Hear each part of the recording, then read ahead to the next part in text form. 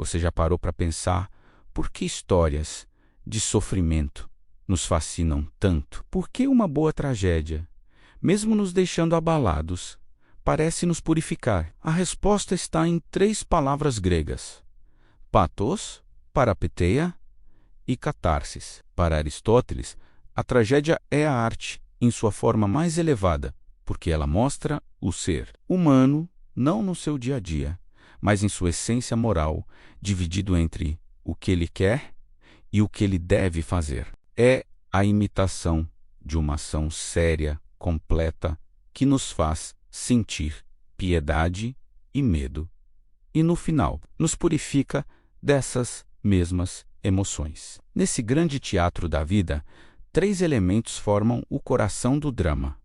Primeiro, o pathos, o sofrimento. Depois, a parapetia, a reviravolta do destino. E, por fim, a catarsis, a purificação. Essa é a jornada do herói trágico.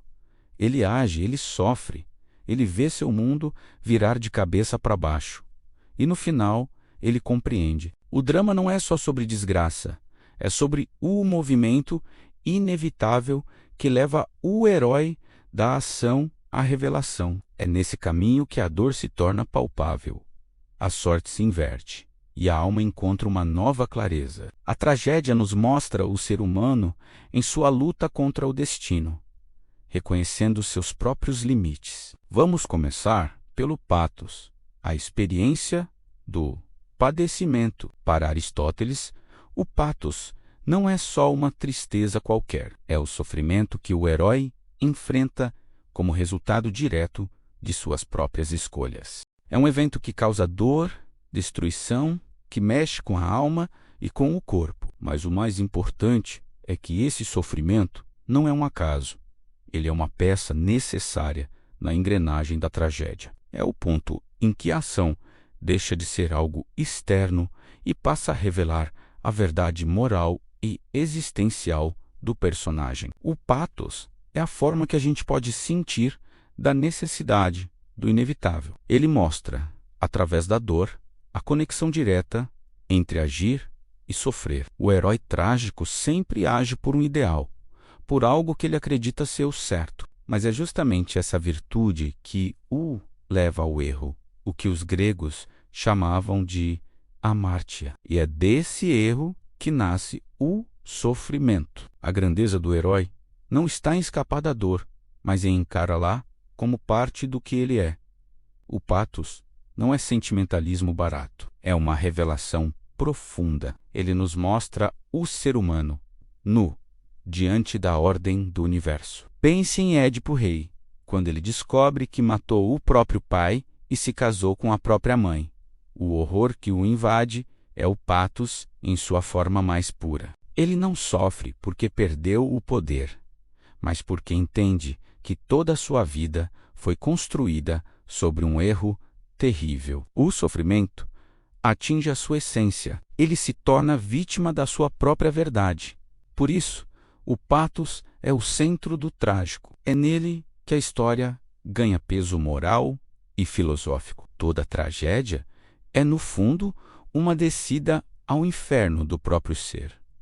Um movimento de descoberta através da dor. A ação, que começa como uma busca, termina em padecimento. E o padecimento se torna uma ferramenta de conhecimento. O herói trágico é digno não porque vence, mas porque suporta. A grandeza de Antígona, de Hamlet ou de Macbeth não está na vitória, mas na resistência diante da queda. O pathos transforma o destino em consciência. Ao sofrer, o homem entende a dimensão moral do mundo e a fragilidade da sua liberdade. A força do pathos está em expor a verdade por trás da ação. A dor não é um incômodo passageiro, é um momento em que o ato revela sua verdadeira natureza. Agora, vamos para o segundo pilar, a parapeteia, a reviravolta do destino. Esse é talvez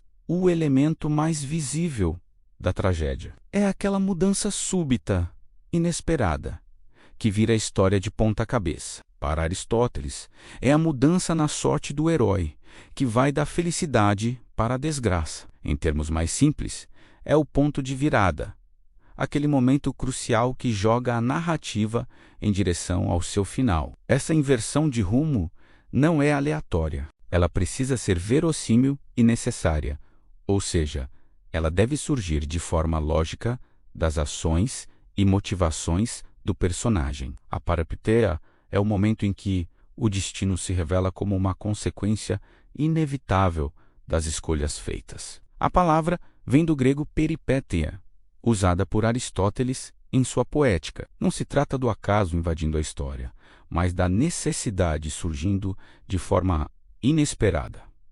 Um exemplo moderno, o encontro do Titanic com o iceberg. Uma viagem de triunfo e segurança se transforma em tragédia num instante, revelando a fragilidade da condição humana. Acontece o mesmo em Macbeth, quando o herói, acreditando nas profecias das bruxas, se perde na própria ambição. O que parecia ser um caminho para a glória se torna o caminho para a ruína. No dia a dia, a gente até usa a palavra peripécias para falar de aventuras, imprevistos, uma mãe que vive 1000 peripécias cuidando dos filhos. Mas na tragédia, o conceito é muito mais profundo. A parapetia é o gesto do destino, a virada que revela a ordem oculta do mundo. Na estrutura do drama, ela marca o ponto de inflexão. É o instante em que o herói perde suas certezas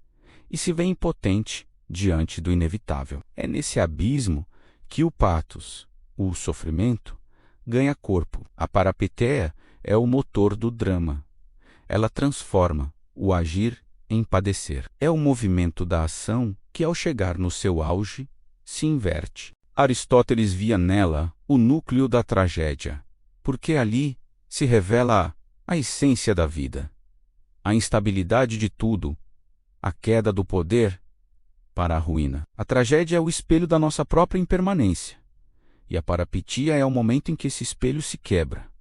Mas a tragédia não acaba na dor e na reviravolta. Seu objetivo final é a catarsis, a purificação das paixões. Aristóteles diz que, ao assistir ao sofrimento do herói, o público sente compaixão e medo, e através dessas emoções a gente alcança um tipo de equilíbrio moral e espiritual. A catarsis não é uma lição de moral, mas uma experiência estética e filosófica. O espectador é levado ao limite de suas emoções e, ao atravessar esse limite, ele se purifica. A tragédia não ensina, ela transforma. A gente não se purifica fugindo da dor, mas contemplando-a. Ao ver o herói sofrer, o espectador reconhece no outro a mesma fragilidade que existe dentro de si. Esse reconhecimento gera medo, porque o destino do herói poderia ser o nosso. E gera piedade, porque o herói não é um vilão, ele é humano. A catarsis, então, nos reconcilia com o destino. O sofrimento do personagem se transforma em clareza espiritual para nós.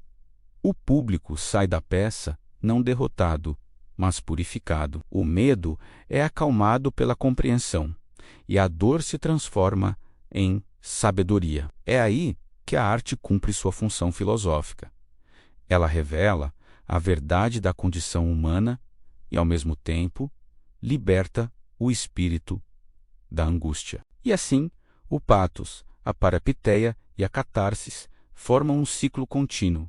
São partes inseparáveis de uma mesma lógica. O homem age, sofre, vê sua sorte virar, reconhece a verdade e se purifica. Esse ciclo é o coração da arte que imita a vida, não na sua aparência, mas na sua essência. Em Sófocles, a parapetia é a revelação que destrói o herói. Em Shakespeare, é a virada moral que expõe a corrupção do poder. Em Dostoiévski, é o momento de lucidez em que o personagem descobre a própria culpa. Em todos eles, a estrutura é a mesma: o sofrimento como caminho para o conhecimento e a purificação como o objetivo final. O drama, portanto, não é um retrato da dor, mas uma representação da verdade. O herói trágico cai para que o público possa ver, e ao ver, possa compreender.